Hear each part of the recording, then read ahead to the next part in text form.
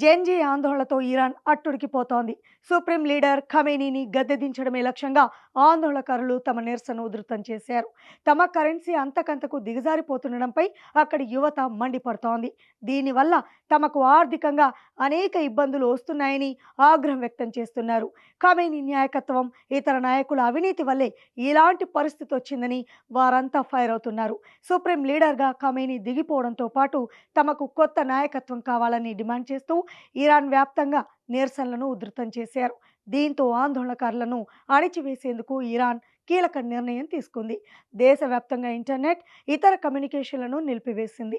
అటు నిరసనకారులపై ఇరాన్ భద్రతా దళాలు జరిపిన కాల్పుల్లో 45 మంది వరకు మరణించినట్లు తెలుస్తోంది. మరోవైపు ఇతర దేశంలో ఉన్న ఇరాన్ ప్రతిపక్ష నాయకుడు రేజా పహ్లవి నిరసనలకు పిలుపునివ్వడంతో యువత ఒక్కసారిగా రోడ్లపైకొచ్చి ఆందోళనలు చేపట్టారు. దేశంలో గతంలో ఎన్నడూ లేనంత ఉధృతంగా నిరసనలు జరుగుతుండడంతో ఏ క్షణమైనా ఖమేనీ పదవి నుంచి తప్పుకునే అవకాశం ఉందని పలువురు విశ్లేషిస్తున్నారు.